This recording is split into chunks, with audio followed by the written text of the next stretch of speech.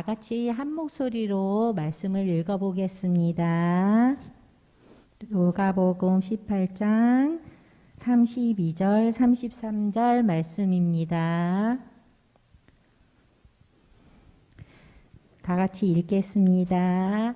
인자가 이방인들에게 넘겨져 희롱을 당하고 능욕을 당하고 침뱉음을 당하겠으며 그들은 채찍질하고 그를 죽일 것이나 그는 3일 만에 살아나리라 하시되 아멘.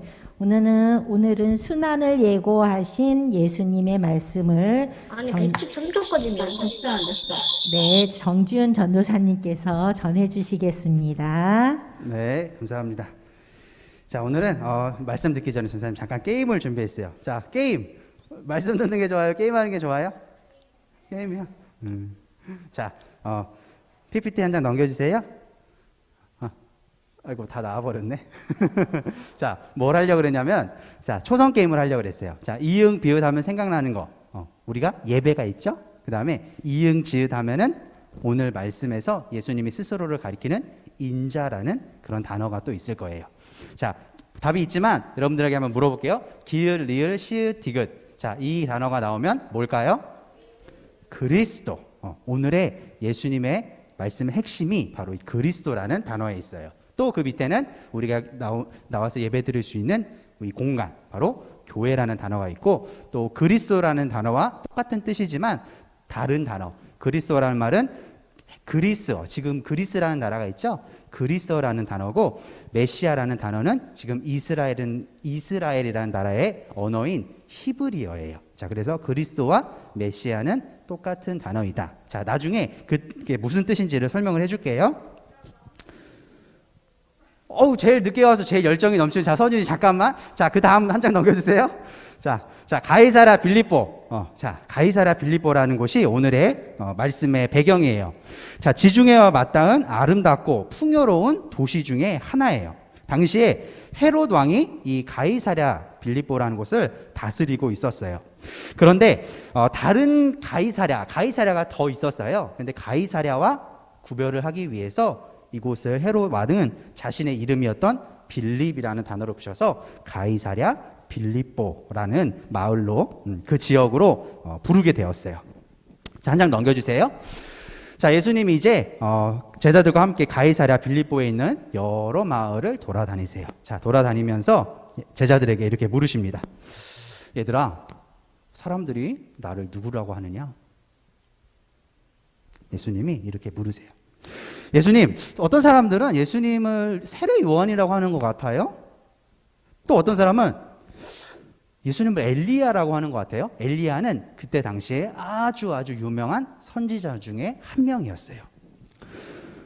예수님이 제자들에게 다시 물으셨어요. 그러면 너희는 나를 누구라고 하느냐? 그러자 베드로가 나서서 이렇게 이야기합니다. 주는 그리스도이십니다. 주는 살아계신 하나님의 아들이십니다. 라고 고백을 하게 돼요. 베드로가 예수님을 그리스도라고 고백했던 것 무슨 뜻일까요? 전사님, 그리스도와 메시아는 같은 뜻이라고 했어요. 자, 그러면 예수님을 그리스도라고 할 때, 또는 예수님을 메시아라고 할 때 그 뜻은 무엇이냐면 기름 부음 받은 자라는 뜻이에요. 네, 한 장 다시 넘겨주시고요. 자, 예수님이 제자들에게 아주 중요한 말씀을 하셨어요. 이전에는 들려주셨던 적이 없는 이야기였어요. 예수님이 스스로 고난을 받고 장로들과 대제사장, 그리고 율법학자들, 그때 당시에 있었던 많은 종교 지도자들에게 미움을 받고 그들의 손에 죽었다가 3일 만에 다시 살아날 것을 이야기하셨어요. 그러면서 자기를 인자라고 하셨어요. 인자, 뭐라고요? 인자. 자, 여러분들 한자를 배웠는지 모르겠는데 인자라고 하면은 사람인, 그다음에 사람자 말을 또는 아들 자자를 써서 사람의 아들이라는 말을 뜻해요. 자, 사람의 아들. 예수님이 신 하나님이기도 했지만 또 무엇이라 그랬죠? 한 명의 인간이기도 하셨어요. 그러나 그냥 인간이 아니라 온전한 사람이셨죠.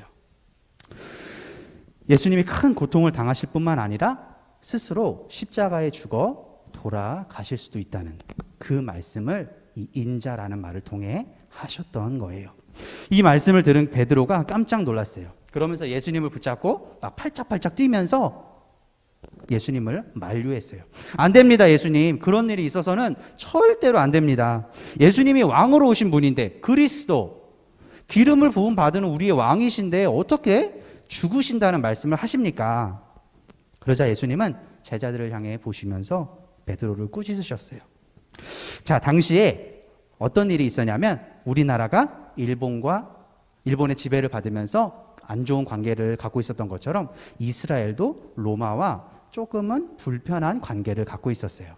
자, 어떤 관계냐면 로마가 이스라엘과 같은 조그마한 나라들을 하나하나 지배하기 시작하면서 그들을 탄압하기 시작했어요. 괴롭히기 시작했다는 거예요. 그래서 이스라엘은 로마의 지배를 아주 오랫동안 받았기 때문에 이 로마로부터 구해줄 자신들의 왕, 유대인의 왕을 기다리고 있었어요. 자, 베드로 역시 예수님이 어쩌면 그 왕일 수도 있겠다라는 생각을 하게 돼요. 예수님은 이스라엘 백성만 구원하기 위해 오셨을까요? 아니죠. 예수님은 이 세상 모든 사람을 구원하시기 위해, 다시 말해 하나님의 일을 하시기 위해 이 땅에 오셨던 거예요. 그러기 위해서 십자가의 못도 박히셔야 됐고, 그러기 위해서는 그 힘든 골고다 언덕길을 올라가셨어야 했어요. 이를 몰랐던 베드로 그리고 제자들은 그 예수님의 일을 방해하고 말았던 거예요. 그래서 예수님은 베드로를 꾸짖으시면서 앞으로 제자들에게 일어날 일을 알려주셨어요. 자, 예수님이 제자들에게 말씀하신 것처럼 예수님은 사람들에게 왕 같은 모습을 끝내 보여주지 못하셨어요. 오히려 사람들에게 침뱉음을 당하고 십자가에 못 박히고 놀림을 받고 그런 멸시를 받는 그런 모습을 끝까지 우리에게 보여주셨어요. 이 모습, 어쩌면 베드로와 제자들 그리고 이스라엘 백성들이 꿈꿔왔던 그런 왕의 이미지는 아니었을 거예요. 하지만 예수님은 이스라엘 백성뿐만 아니라 모든 사람을 구원하시기 위해 이 땅에 오신 이 세상의 진정한 왕이셨어요. 그보다 더 강한 왕은 예수님 이전에도 없었고 이후에도 없었어요. 예수님 당시에 있었던 왕들, 또 그 이전이나 그 이후, 지금도 스스로 왕이라고, 스스로 통치자라고 하는 사람들을 한번 떠올려 보기를 바라요. 그들이 영원히 그 땅의 통치자로서, 왕으로서의 모습을 갖추고 있나요? 아니죠. 언젠가 그 왕 위에서, 왕좌에서 내려오기도 하고, 또 그 왕 자리에 있을 때 목숨을 잃기도 하고, 또 사람들에게 끌려 내려오기도 하고, 절대로 완전한 모습을 보이는 왕은 없어요. 하지만 지금 예수님이 죽은 뒤에 2000년이 지난 이 시간에도 우리는 예수님을 무엇하고 경배하고 있죠? 우리의 왕이시라. 그분이 그리스도라. 우리는 그분을 아직도 경배하고 있어요. 앞으로 100년, 200년, 1000년, 2000년이 지나도 예수님은 우리의 왕이고 우리가 영원히 찬양하고 예배하고 경배해야 할 우리의 왕이라는 사실. 또 그분은 동시에 사람의 아들로서 우리처럼 똑같이 밥을 드시고 친구를 만나고 이 땅에서 사람들과 함께 지내셨다는 것. 우리가 그 예수님의 모습을 반드시 기억했으면 좋겠습니다. 자, 사순절 5번째 주일이에요. 사순절 동안 이 땅에 오셔서 하나님 나라와 그분의 뜻을 전하신 그 예수님의 모습을 꼭 우리 마음 가운데 담고 그 예수님이 하신 말씀, 그 행동들을 잘 기억하고 돌아갔으면 좋겠습니다. 그래서 우리가 언젠가는 예수님 우리의 왕이십니다. 저의 왕이십니다. 예수님 그리스도이십니다. 라고 우리가 함께 고백했으면 좋겠어요. 자, 우리 다 같이 고백해보고 마칠게요. 자, 예수님은 그리스도입니다. 예수님은 그리스도이십니다. 우리 한번 외쳐보고 마칠게요. 자, 시작.